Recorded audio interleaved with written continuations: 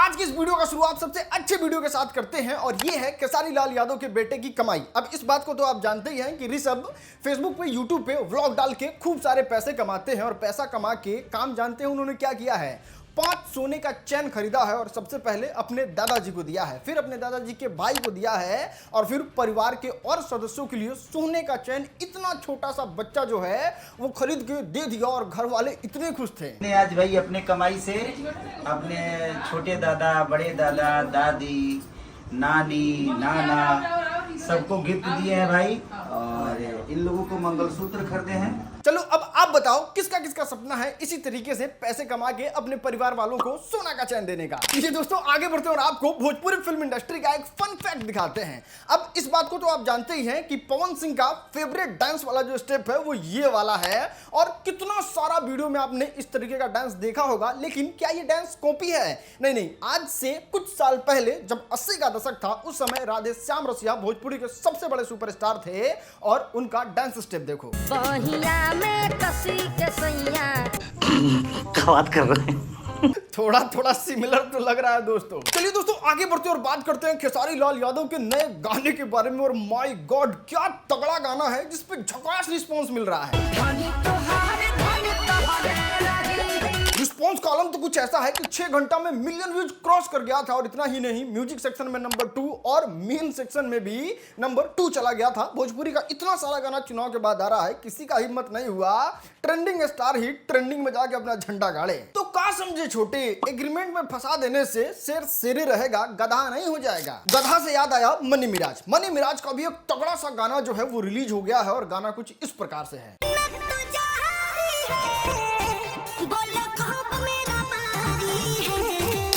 गाना अच्छा है बुरा है उसके बारे में तो हम चर्चा नहीं करेंगे, चर्चा इस पे एक चैलेंज के बारे में करेंगे और चैलेंज ये है कि इंस्टाग्राम पे सबसे ज्यादा किसी का व्यू जाता है तो उनको कुमार आलम जी की तरफ से 1 लाख रुपए का नगद पुरस्कार मिलेगा। भाई साहब ये प्रमोशन का तरीका तो एकदम बेस्ट वाला है, हमको लगता है इस स्ट्रेटेजी से बहुत सारा रील बन जाएगा। खैर आपने रील बनाया कि नहीं नीचे कमेंट करो। चलिए दोस्तों आगे बढ़ते और आपको दिखाते हैं ग्लोबल म्यूजिक जंक्शन का आतंक भोजपुरी फिल्म इंडस्ट्री में। और फिर से खेसारी लाल यादव के एक गाने को डिलीट कर दिया गया है और एक तीर से 2 निशाना। आदिशक्ति फिल्म को भी बड़ा लॉस हुआ है और खेसारी लाल यादव के फिर से मनोबल में प्रहार किया गया है कि अभी जस्ट गाना लाए हैं तो एक प्रहार ले लीजिए।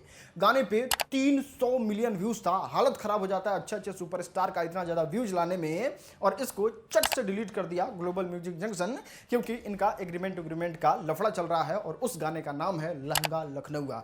याद ही होगा कितना ज्यादा कंट्रोवर्सी हुआ था इस गाने को लेके, फाइनली डिलीट। चलो दोस्तों अब बात करते हैं सपना चौहान के बारे में। खेसारी लाल यादव के साथ इनका गाना आया था और इस गाने को लेके खेसारी लाल यादव दबा के मेहनत कर रहे हैं, मतलब इतना ज्यादा मेहनत किसी भी गाने के लिए नहीं किए थे। और कायदे से देखा जाए तो सपना चौहान को भी इतना ही मेहनत करना चाहिए क्योंकि इस गाने में ये भी मौजूद है। लेकिन फन फैक्ट ये है कि सपना चौहान को खेसारी लाल यादव का नहीं पसंद है, सपना चौहान को पवन सिंह का पसंद है।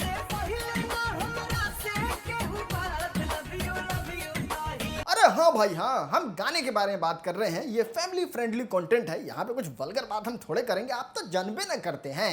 खैर सपना चौहान को इस गाने का पोस्टर शेयर करना चाहिए, लेकिन ये तो पवन सिंह के गाने पे नाच रही हैं। चलिए दोस्तों आगे बढ़ते और बात करते हैं पॉलिटिक्स के बारे में। और बिहार में पॉलिटिक्स में गर्दा उड़ा के रख दिए हैं प्रशांत किशोर यानी कि जनसुराज, और आरजेडी वाले का तो नींद उड़ा दिए हैं। हुआ क्या हम आपको बताते हैं। आरजेडी ने बजाबते सोशल मीडिया पे एक चिट्ठी जारी किया और इस चिट्ठी में साफ तौर पे लिखा हुआ है कि ये जनसुराज को लेके बहुत ज्यादा चिंतित हैं और इसलिए चिंतित हैं क्योंकि जितने भी आरजेडी के सदस्य हैं वो जनसुराज का सदस्यता ले रहे हैं और ये बहुत बड़ा चिंता का विषय है आरजेडी के लिए। आरजेडी वाले अपने पार्टी के लोगों को समझा रहे हैं कि जनसुराज वाले पे भरोसा मत करो, अरे भारतीय जनता पार्टी का पार्टी बी है और वो आरजेडी को कमजोर करने के लिए इस तरीके का षड्यंत्र रच रही है, बाद में जाके वो भारतीय जनता पार्टी में मिल जाएगी। खैर आपको क्या लगता है जनसुराज इस बार बिहार में कमाल कर पाएगा? नीचे कमेंट करके बताइएगा। चलिए दोस्तों आगे बढ़ते और बात करते हैं चिराग पासवान के एक ऐसे हरकत के बारे में जिसको देख के लोगों को बिल्कुल भी अच्छा नहीं लगा। हुआ ये कि चिराग पासवान अपने काफिला के साथ कहीं जा रहे थे और रास्ते में उनको एक एक्सीडेंट हुआ व्यक्ति दिखा रोड पे छटपटाते हुए। अपने दल बल के साथ चिराग पासवान उतरे और वहां पे इंतजार करने लगे कि कोई भी गाड़ी आए उसको ले जाए। कोई गाड़ी कुछ देर तक नहीं आया तो फिर एक टेम्पो को रोक के चिराग पासवान उस पेशेंट को जो गिरा हुआ था उसको टेम्पो में लाद के भेज दिए हॉस्पिटल के लिए और फिर अपने दल बल काफिला के साथ वहां से निकल गए। और ये चीज लोगों को बिल्कुल भी अच्छा नहीं लगा और लोग सवाल पूछ रहे हैं कि चिराग जी एक बात बताइए, अगर उस रोड पे आपका कोई पार्टी का बड़ा नेता गिरा रहता या फिर कंगना रनौत गिरी रहती तो क्या इस तरीके से वो टेम्पो में लाद के भेजते या फिर अपने गाड़ी में लाद के ले जाते? खैर, आपको क्या लगता है, चिराग पासवान को अपने गाड़ी में ले जाना चाहिए या फिर टेम्पो से भेज के सही किया? चलिए दोस्तों, अब आपको दिखाते हैं महिला विकास मंच का वो काला चेहरा जिसको देखने के बाद आप एक ही डिमांड करेंगे कि ऐसे ऐसे जल्लादों को पहले जेल में भेजना चाहिए ताकि प्रशासन अपना काम अच्छे से और शांत दिमाग से कर पाए। ऐसा बात मत बोलिए, मेरी बात तो सुनिए। जी जी बिल्कुल। हमारे बच्चे को कैसे ले गया उसमें भाई साहब, शकल तो देखो इस जल्लाद का। अरे जल्लादो सुन तो लो, वो बाप कहना क्या चाहता है। जरूरी तो नहीं है कि अभी कोर्ट ने सजा दे ही दिया है और दोषी हो ही गया है। आपके बेटे का मोबाइल का लोकेशन क्या कर रहा था उतने देर रात में, बता पुलिस तो कहती कि मेरा बेटा का मोबाइल घर में था। आपने अब पढ़े नहीं, आप हवा में बोल रही है। मेरी गाड़ी को सर एक सवाल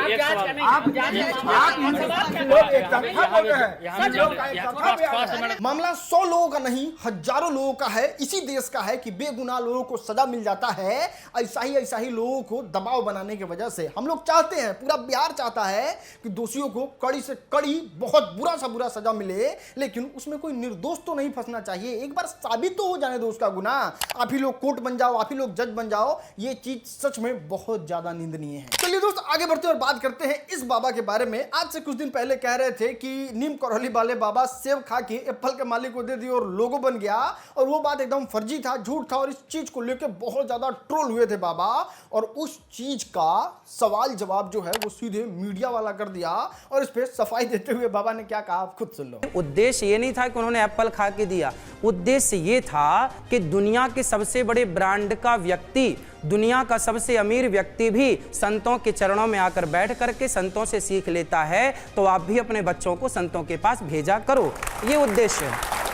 नहीं, यहाँ तारीफ करना होगा इन बाबा का। चलो गलत है तो मान लिए, नहीं तो यहाँ तो ऐसे लोग हैं कि वो तो चोरी ऊपर से सीना चोरी। चलिए अब आपको दिखाते हैं माही भैया का जन्मदिन। MS धोनी का जन्मदिन क्या तगड़े तरीके से हिंदुस्तान मना रहा है और पूरे इंडिया में ट्रेंड कर रहा है इनका बर्थडे। लेकिन हम आपको कुछ स्पेशल दिखाने वाले हैं। MS धोनी ने अपने पत्नी के साथ तो बर्थडे मनाया ही, सोलमोन भाई भी साथ थे।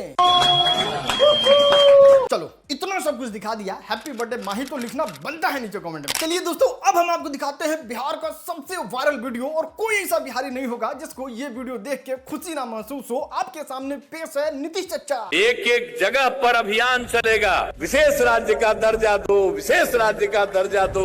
बिहार के भाई हैं, उनका रिएक्शन देखना चाहोगे? हम चाहते हैं कि विशेष राज्य का दर्जा जरूर मिले बिहार को। बिहार के तरफ से अगर विशेष राज्य का दर्जा हमें मिलेगा तो हम कहाँ नहीं, अपना स्थान बिहारी कहाँ नहीं खड़ा हो जाएगा। 100% बिहार को विशेष राज्य का दर्जा मिलना चाहिए। चलिए यहाँ तक वीडियो देख लिए हैं तो एक लाइक तो कर ही सकते हैं। बाकी अगर आपके पास कोई न्यूज है तो डिस्क्रिप्शन में लिंक है, वहां से हमारे पास भेज दीजिए।